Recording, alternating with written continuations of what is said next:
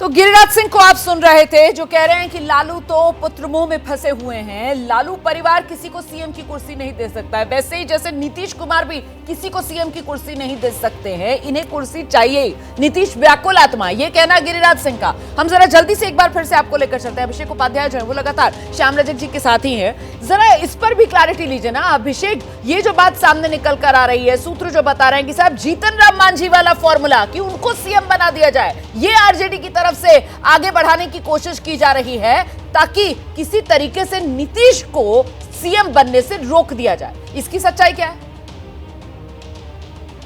बिल्कुल बिल्कुल रोमाना, श्याम रजक से बेहतर कोई बता नहीं पाएगा। राष्ट्रीय महासचिव हैं जीतन राम मांझी को ये जो बात है कि उनको ऑफर दिया आरजेडी ने, लालू जी ने, कि आप सीएम बन जाइए और हम सरकार बना लेते हैं। मैं एक बात बताता हूं और जानना भी चाहता हूं कि जब हमारी सरकार मजबूती से चल रही है, तेजस्वी जी के विजन को नीतीश कुमार जी के नेतृत्व में जनता के बीच में लागू हो रहा है, इसके बाद हम दाएं बाएं क्यों देखें? मांझी जी को कोई ऑफर नहीं दिया। मुझे जरूरत क्या है? जब सरकार मेरी मजबूती से चल रही है, तेजस्वी यादव का विजन और राष्ट्रीय जनता दल का विजन को नीतीश कुमार जी हूबहू लागू कर रहे हैं, तो फिर हमको किस बात की? कहां से सामने आ गई कि आप लोगों ने सीएम बनाने का ऑफर दिया है? अब कौन क्या कहता है, इसको मैं बहुत गंभीरता से नहीं लेता हूँ। श्योर है कि आरजेडी से कोई ऑफर नहीं? जीतन बाबू बहुत वरिष्ठ व्यक्ति हैं, हम लोग के बड़े नेता हैं, उम्र दराज भी हो गए, लेकिन उनकी बातों की भिन्नता जी इतनी रहती है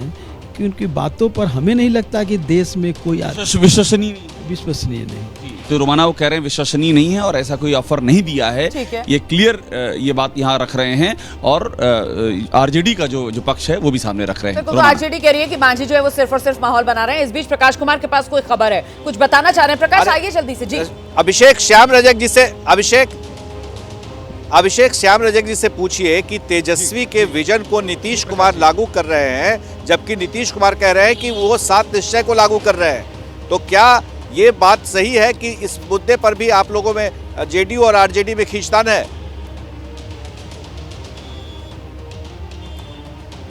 प्रकाश जी एक बार सवाल दोहरा दीजिएगा। नीतीश कुमार वाला आपने जो विजन वाली बात की, एक बार फिर से जरा दोहरा दीजिएगा उसको। श्याम रजक कह रहे हैं कि तेजस्वी के विजन को नीतीश कुमार लागू कर रहे हैं जी, यानी कि आरजेडी के एजेंडा पर नीतीश कुमार चल रहे हैं। तो नीतीश कुमार कह रहे हैं कि उनका 7 निश्चय है, वो 7 निश्चय लागू कर रहे हैं।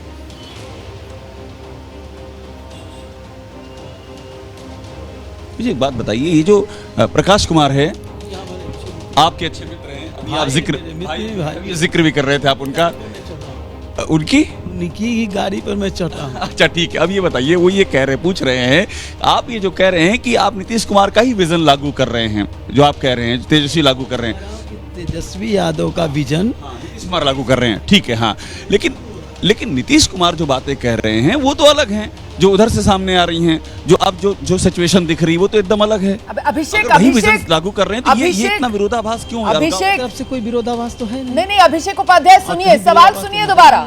अभिषेक उपाध्याय, एग्जैक्ट सवाल जो यहाँ पर रख रहे हैं प्रकाश कुमार, जो आपको श्याम रजक के सामने रखना है, वो ये कि श्याम रजक जी ने बोला कि नीतीश के नेतृत्व में तेजस्वी यादव का विजन लागू हो रहा है, और प्रकाश जी सवाल ये पूछ रहे हैं कि भाई जेडीयू तो कहती है कि ये नीतीश कुमार के 7 निश्चय हैं, नीतीश के 7 निश्चय हैं जो लागू हो रहे हैं, तो ये तेजस्वी का विजन है या नीतीश के 7 निश्चय लागू हो रहे हैं? वो बिल्कुल ये पूछिए। बिल्कुल, वो मेरे कान में आवाज क्लियर आ नहीं रही थी रोमाना, अब एकदम क्लियर है। मैं बिल्कुल अब एकदम क्लियर है, आपने कहा अब एकदम क्लियर आ गई। प्रकाश जी पूछ रहे हैं कि नीतीश कुमार के 7 निश्चय वो लागू कर रहे हैं, आप कह रहे हैं कि तेजस्वी का जो विजन है वो लागू हो रहा है। तो 7 निश्चय में के खिलाफ हम लोग कहाँ है? 7 निश्चय कब आया था मैं जानना चाहता हूँ प्रकाश जी से। प्रकाश जी बहुत समझदार आदमी है, जानकारी भी रहता है, याददाश्त भी उनकी मजबूत रहती है। 7 निश्चय कब आया और कब से लागू हुआ? 7 निश्चय में 7 सवाल थे, 7 सवाल उस समय चालू हो गया था। क्यों नहीं 10 लाख लोगों की नौकरी की बात उस समय हुई जब भारतीय जनता पार्टी के साथ थे? क्यों नहीं हुआ उस समय? तो वो यादव का एजेंडा है ना। तेजस्वी यादव जी जब कहे थे कि हम 10 लाख लोगों को नौकरी देंगे, तो विधानसभा के पटल पर माननीय मुख्यमंत्री जी ने क्या कहा था? की सारी बातें हैं। ठीक है, तो मतलब श्याम रजक ये कह रहे हैं कि वो नीतीश कुमार वाले 7 निश्चय जो हैं वो तेजस्वी यादव के ही विजन से सामने निकल कर आए हैं। तो ये जेडीयू और आरजेडी के खेमे में जो खबरें सामने निकल कर आ रही हैं वो तो हम आपको दिखा ही रहे हैं, लेकिन उधर बीजेपी में क्या हो रहा है जरा जल्दी से नीरज पांडे के पास आपको लेकर चलते हैं। और नीरज, ये गिरिराज सिंह जी के जिस तरीके से हृदय परिवर्तन होते हुए, सुर बदलते हुए, नरम कुछ नीतीश के लिए, लालू पर वैसे ही गरम, तो मतलब अब नीतीश के सम्मान में बीजेपी उतरेगी मैदान में। नीरज,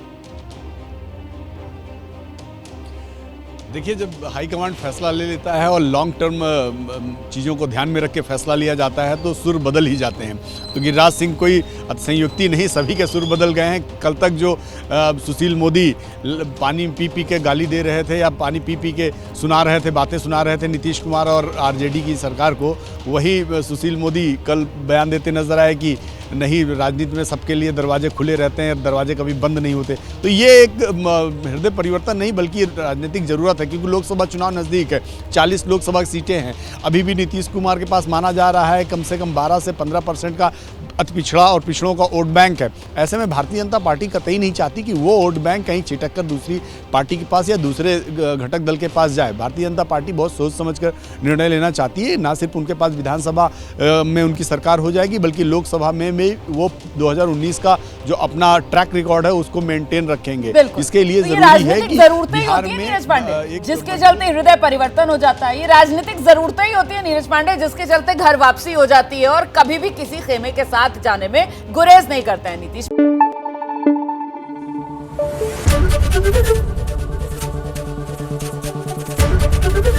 एबीपी न्यूज आपको रखे आगे।